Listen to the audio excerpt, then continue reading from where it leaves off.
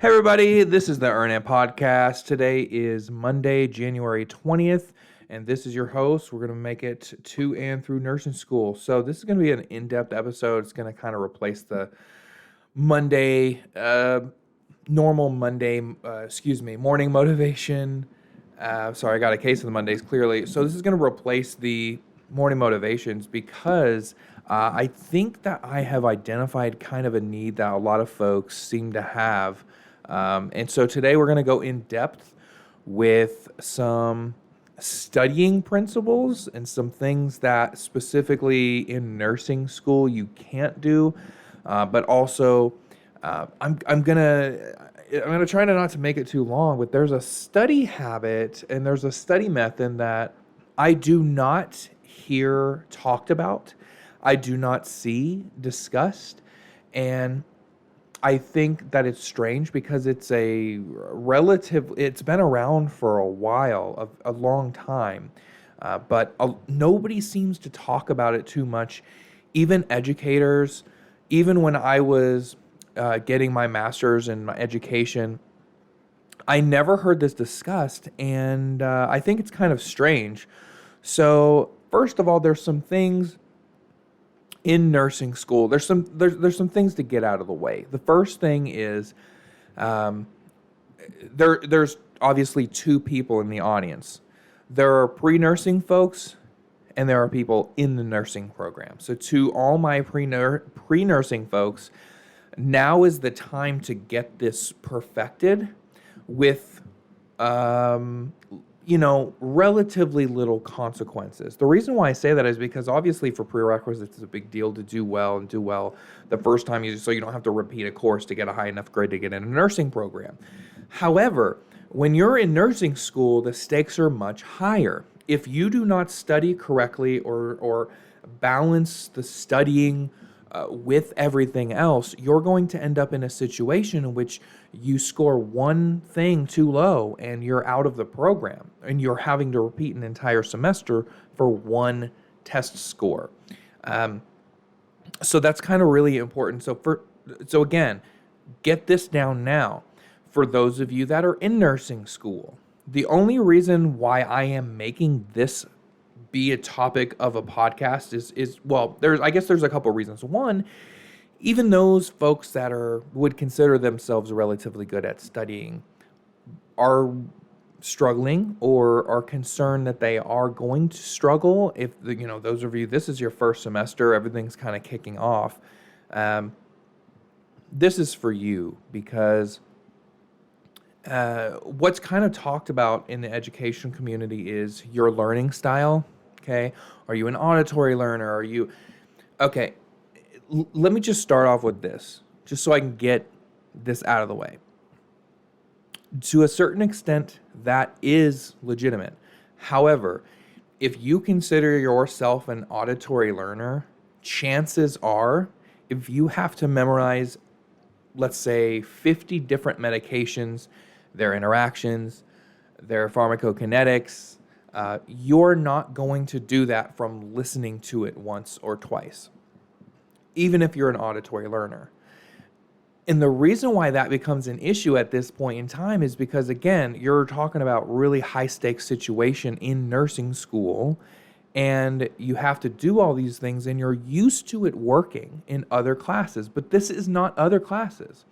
So I want you to, for the rest of this, I want you to start fresh as if you don't know anything about learning, because the learning style that you have assigned yourself, because that's what you were told by some exam or some quiz or from analyzing how you study and do well, it's wrong.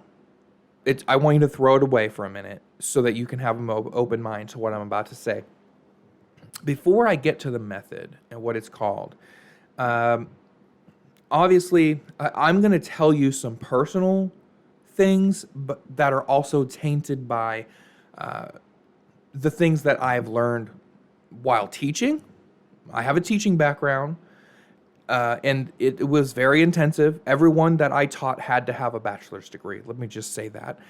It was a very, very intense programs that I had to teach, and I I would offer that it is on a material level. If you take the amount of material that you have to know well and divide it by the amount of time, it was a lot more concentrated than nursing school is, because you know there was just a short amount of time to get a lot of things done.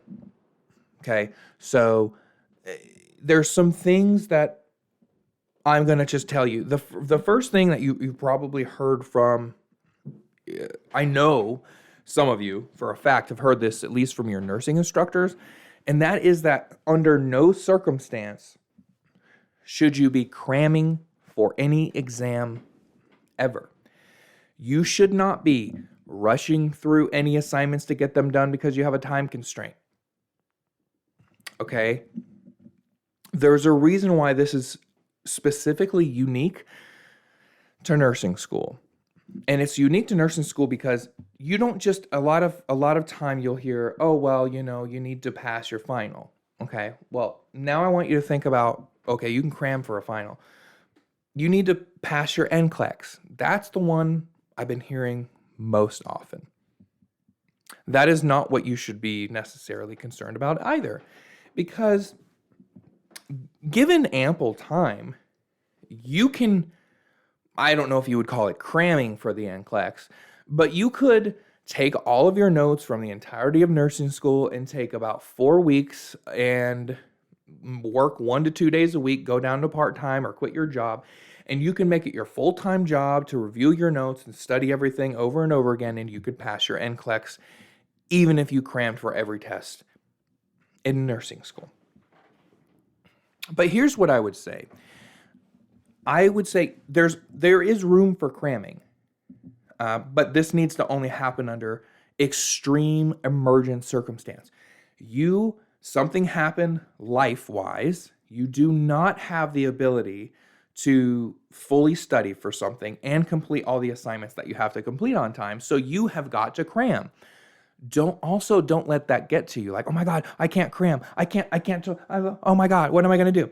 Okay, so you're going to have to once or twice, maybe once or twice a semester. Hopefully, maximum of one a semester. I would say that's probably the max that you could cram. And the reason why this is not just for the damn NCLEX. The fact is that you've got to know this stuff going forward. You have got to be knowledgeable about all of this, and you have to apply this knowledge, and the way in which you remember, to the extent of which you remember this material, and the way in which you apply this information that you remember will have a direct impact on people's lives. I know a lot of people think, what I hear a lot is, when I take that kind of responsibility, if I don't know it, I'm going to either lose my job, lose my career, I'm going to lose my license. No, I don't really hear many people saying at how that could negatively impact not just your patients' lives, but an entire family, and in some cases, depending on who you're taking care of, an entire small community would be affected. That is the consequence that you hold in your hands when you're taking care of somebody. That person could be, a pastor of a church with 500 members or something like that, right? And you don't recall something the right way. You don't have what it takes to make that correct decision at a critical time, and something happens to that person. Now, it doesn't always have to be somebody dying, okay? It could be a seriously negative impact. Your one decision could impact hundreds of people. That's what I want you to think about. You need to, first of all, think about not yourself. Yourself, obviously, making it through nursing school and getting your career, that is an important thing. But you need to separate that from the simple fact that you need to be doing the best that you can do, because that's somebody's mom, brother, mother, father, sister, cousin, aunt, child that you are taking care of. And you need to understand the weight. You need to feel the intense gravity of that. And you need to use that as motivation to properly move forward. Off of the soapbox and moving forward to what you're really here for. I'm going to move into another quick tip, right? Some of you may already do this, and that's why you've made it as far as you have. And if you're not in nursing school, that's why you get good grades. And if you don't have good grades in your pre-nursing, this is why you're going to get better grades. Let's talk about flashcards. Flashcard making is an inherently inefficient but necessary thing to do. Not that you need flashcards for everything all the time, but you have to sometimes read a book and you listen to a lecture and you write your notes, and then you're reading over your notes carefully and writing down flashcards. If you're finding that your time management skill, this is for just folks that have issues with time management or are just interested in maximizing the amount of time, you need to figure out a way that's best for you to make that process shorter. That could be making less flashcards. That could be making your notes that you're using more accessible so that you can more quickly make the flashcards. Or that could be cutting down on things a bit. There might be certain things where I'm not going to write this in a note format and then make flashcards. I'm just going to straight up make flashcards out of this directly from the book. So there are little things like that you might find little time savers, because then by the time you get, you think about it, you're reading, maybe you skim over it and then you go over a lecture and then you read the chapter in depth and then you're looking over your notes and writing the flashcards. By the time that happens, depending on how your week is going, you might not have that long to study over said flashcards, right? So one way is to think about, is there any possible way by any fraction or any stretch of the imagination that I could possibly make this process a little bit more efficient, even if that just means you're using a flashcard app and using voice to text. That could literally be it. It could also be seeing if you can find a Quizlet, for instance, that you can absolutely positively tie into your course that you're taking at the school you're taking it in, so that you don't even have to bother making the flashcards. You're studying the flashcards. There's a certain, again, this goes back into the learning types that you have in your head, and I had in my head for the longest time of, well, I have to write it down, so I have to make my own flashcards. However, flashcards are, the point of flashcards is to study them by going through them and prompting yourself on what's on the other side of that card. So even though it might be beneficial for you to handwrite those flashcards, or you might think it might be beneficial, in a circumstance in which you're kind of short on time, which is probably all of nursing school, there might be times where if you can find other flashcards that are already done for you, it is actually more beneficial, because the amount of time that you're taking to write those flashcards, you could be studying that much longer. Also, you're writing this stuff down already in your notes, most likely. And if you're not even taking notes and you're saying that's the only time I can write it down, maybe I can see an argument for that because of the amount of time you say by not taking notes. But if you're not taking notes, oh my God, I don't know how you're going to make it through. Okay. The biggest thing that I would consider, the number one thing that I do, and again, this is a big thing that a lot of you might be doing already, but under no circumstance, when I am studying my flashcards, do I do them in the same order or in any kind of order. As soon as you get to the end, you make your flashcards, immediately shuffle them. Immediately shuffle your flashcards. Okay, that's number one. After you go through from beginning to end once, shuffle them and go through them again. Shuffle them between every iteration that you're going through your flashcards. If you're having trouble with some and you're instantaneously knowing some of them, the entirety of the back of that card, take the ones that you know very, very well out of the stack, okay, and focus on the ones that you have basically got no clue for. and then start putting them back together again until you have your complete set and you're going through all of them and it's shuffled every time in between and you know all of them very quickly. Only at that point should you put those flashcards down. Now, here's the caveat to that. If you make your flashcards on a Tuesday and your test is Friday or even the next week, you should be studying your flashcards every day or every other day. I would personally say, and this is kind of how, we talk about a learning curve, and that is there is a curve for everything that you're trying to learn. And what maximizes that is purposely separated, repeated study sessions. So I'm going to study Monday's stuff on Monday when I'm going over it or I'm watching the lectures, and I'll write my notes. If you have time to make flashcards on Monday, great, do it. But otherwise, wait until the next day. Make your flashcards, go over your flashcards, wait, separate it further and further as you go along.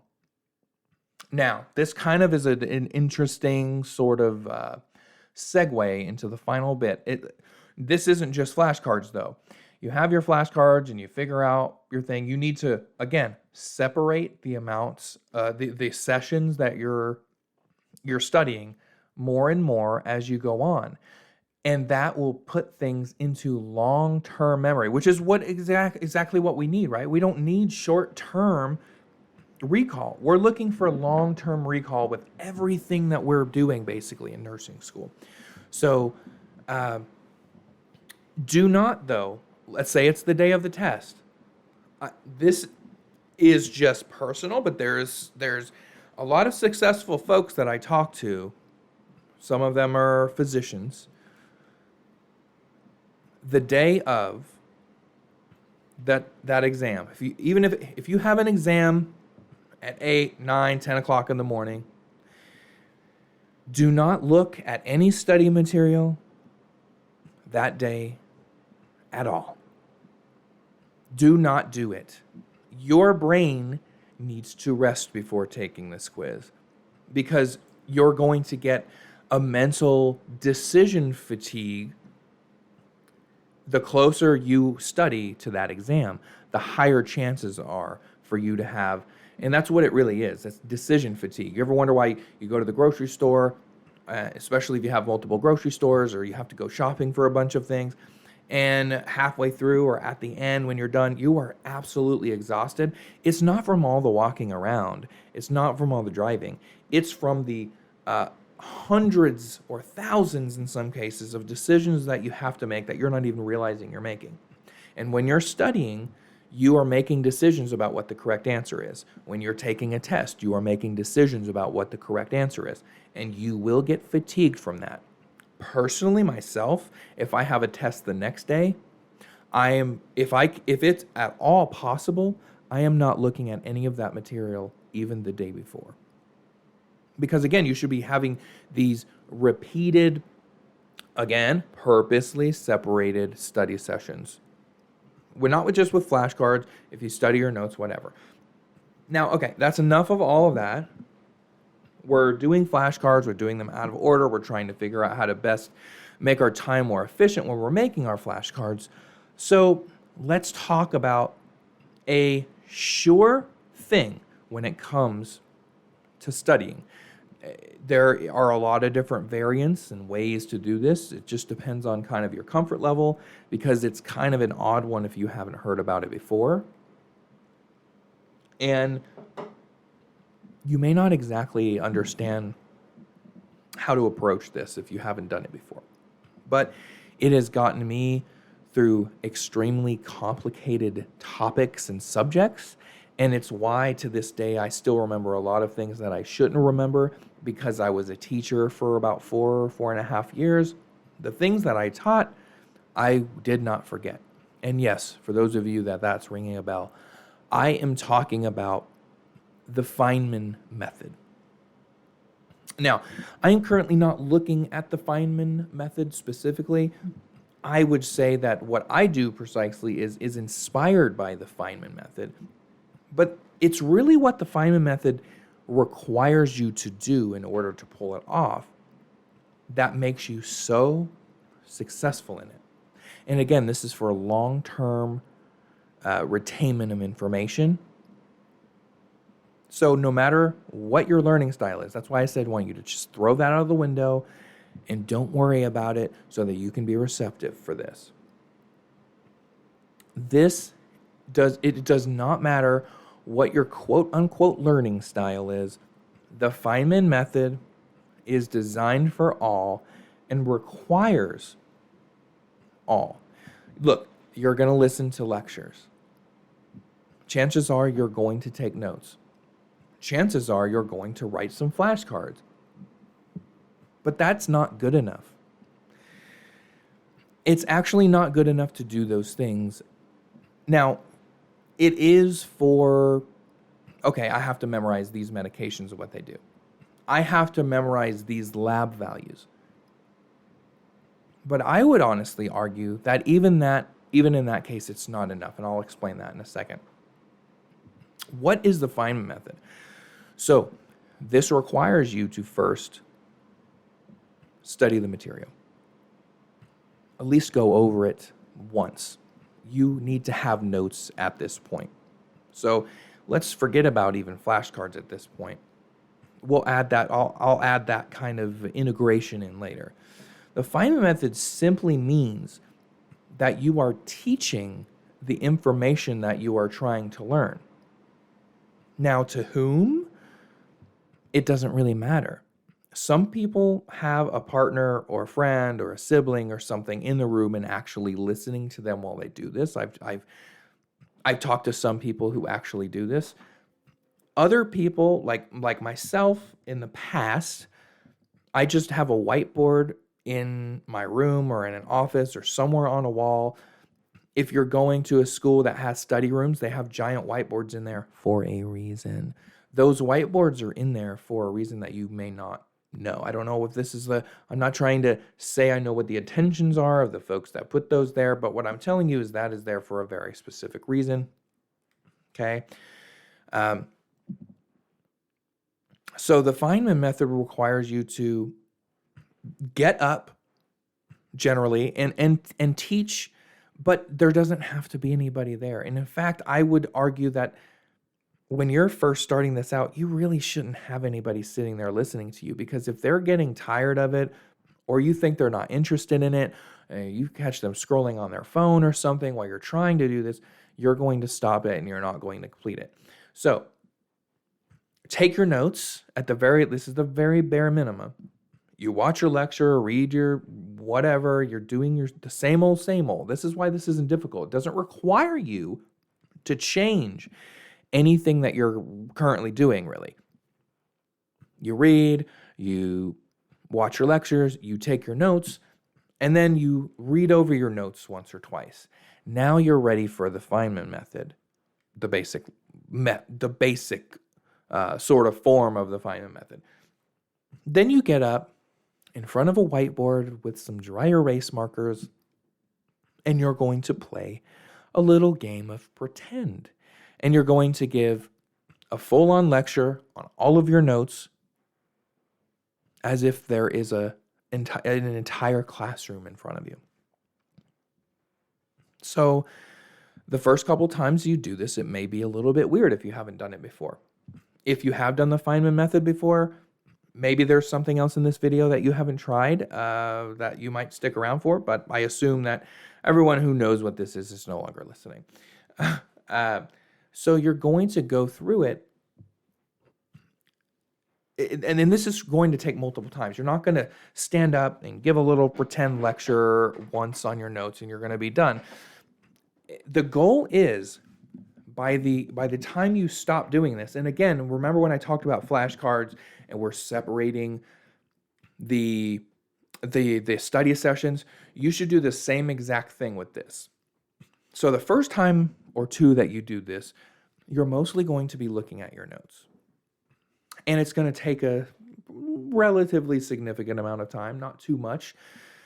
This is why I wouldn't recommend for the first time doing this for like a final exam, although there's no better way to study for a final exam. It's just going to take a really long time. Your feet are going to hurt by the end of it, especially if you're like, standing at home doing this in your room and you got some socks on. I recommend some padded slippers or something if you're doing this at home, because it can get a little rough. So you're going to read over your notes. You're going to look at your notes. The goal of it is the next time that you approach it, or if you want to try it, you can get to this point in whatever way you want. I would recommend setting aside a couple of hours and you're going to teach the material from your notes until you no longer have to look at your notes at all. Now, what do I mean by that? I don't mean looking at your notes just to have bullet points and then you can put your notes down. What I'm talking about is by the end of it, you should have in your head not just all of the things in your notes, but the entire order in which they come and how all of them relate. That will naturally happen. What's really going to start happening by all this is you're going to see some way from 1,000 feet view that you've never been able to see before, almost ever, the why in which things flow the way they do. And you'll be able to cover everything on your notes in an order that makes sense, and you're going to see connections that you don't. Okay? So I recommend it only really takes a couple of times the first time. On your next study session, or one of your next study sessions that you do this, again, your notes are already there, flashcards have already been studied, you've been studying flashcards up until this point, so you only know the material better at this point. You may find yourself the next time that you start this study session, you may find that you have to look at the notes again. And that just goes to show that you have to repeatedly do this until you know the entire flow of it. Once you have the entire flow, now what you need to do is you need to turn up that pretend, that imagination that much more. Because what you need to do is anticipate. There's two different things. You're going to utilize questions in a very specific way. You're going to try to come up with questions on the top of your head in the moment while you're doing this by yourself in your room or however you do it. You're going to need to come up with questions that you would ask students based on the material that you've taught so far. Now, this is not just for recall, like, oh, what are the 5 rights of medication administration again? No. Not just, oh, list this out for me again. Can you this? Can you that? How this? How that? What you need to think about are specific, when you can get to the point where you're formulating your own questions that you obviously already know the answer to, otherwise you wouldn't have asked them, right? And second of all, you're coming up with your own examples and scenarios. This is the golden sweet spot of the Feynman method. Because in order to do all of those things, you have to take very complex and immense amounts of information, and in your head, it is dumbed down to such a fundamental level that you could explain it to a 5-year-old.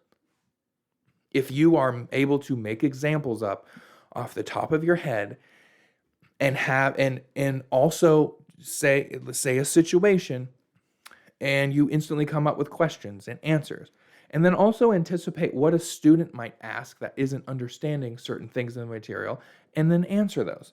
It's really weird as an adult, a college level adult, maybe, to be talking to an empty room and you're having a back and forth. This can be strange, but this is a proven method that works. You will retain 70% more information than any other study method. This is proven. This is science. This is absolute. And the more complex it is, the longer or the more study sessions it's going to take in order to do that. But I promise you, I have gone over some extremely complicated concepts before, and I only understood them because of this method. And you're literally, basically what you're doing is you're talking through everything with yourself. So there's a few things that this does. And it's kind of weird that it does it. Are you someone that doesn't really like giving presentations, that doesn't really like public speaking? This works on your charisma.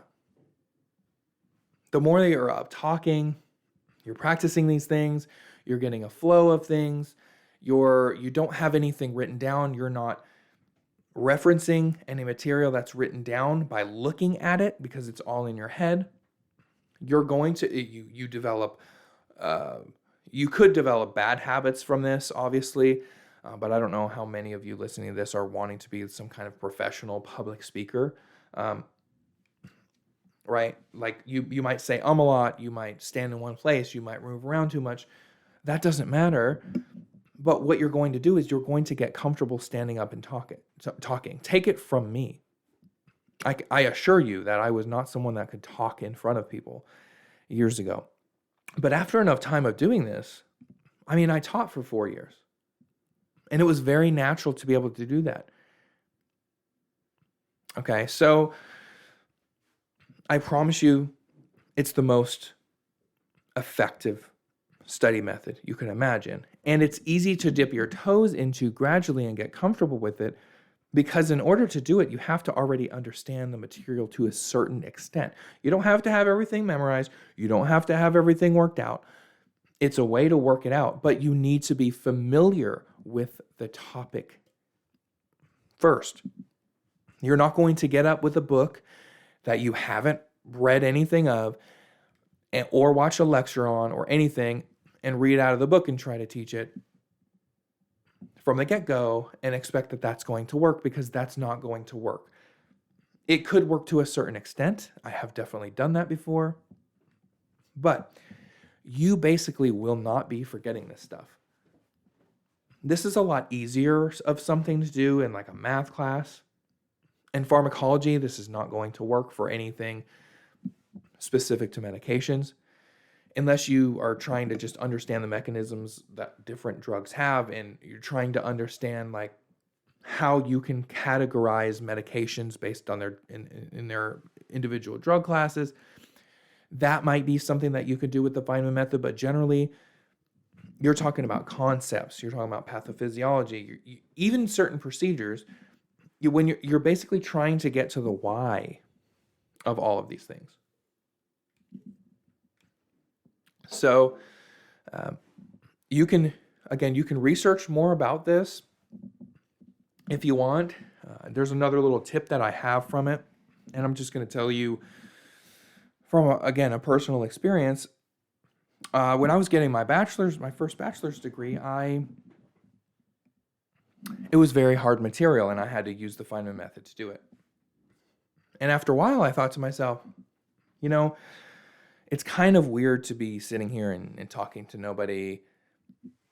What happens if now listen to this, folks, you don't have to do this. What happens if I record this on video? And then eventually I was like, what happens if I record this on video and then I edit the videos and then I add in some little words or some graphics into it? And then I was like, well, what if I do all that and start uploading to YouTube? What happens if I take certain concepts that I currently don't understand, and then I create a podcast episode? Yes, I have other podcasts. Those are going to remain secret as well. And that's where I'm going to discuss in detail this thing that I currently don't understand. I'm going to talk for 15, 20 minutes in a podcast episode, just myself, and I'm going to sound like an expert in my field. You don't have to publish it. You don't ever have to go back and read the recording. That's not what it's for. If you feel more comfortable doing it to a camera, so at least you don't think you're talking to yourself, you don't have to publish the video. You can delete it right after. I wouldn't recommend watching it again anyway. Okay. You can also do this if you don't like it for the whole time, because honestly, it is a little bit time consuming. If you just want to do it for, say, make a list during a week of 3 or 4 things that you just can't understand, then use the Feynman method for only those 3 topics. No matter how, the more complicated it is, the better. Because again, in order to properly do this, you have to simplify everything down into its individual building blocks. So simply that you can explain it to literally anyone. So you can at least start to get, if you're saying, I'm not going to do an entire recreate, 2 weeks of 3-hour-long lectures for my fundamentals class or for my med-surg class for this week because I just don't have an extra 3 to 5 hours this week to do that. Okay, well, take the concepts that you are only struggling with and apply it to only those concepts.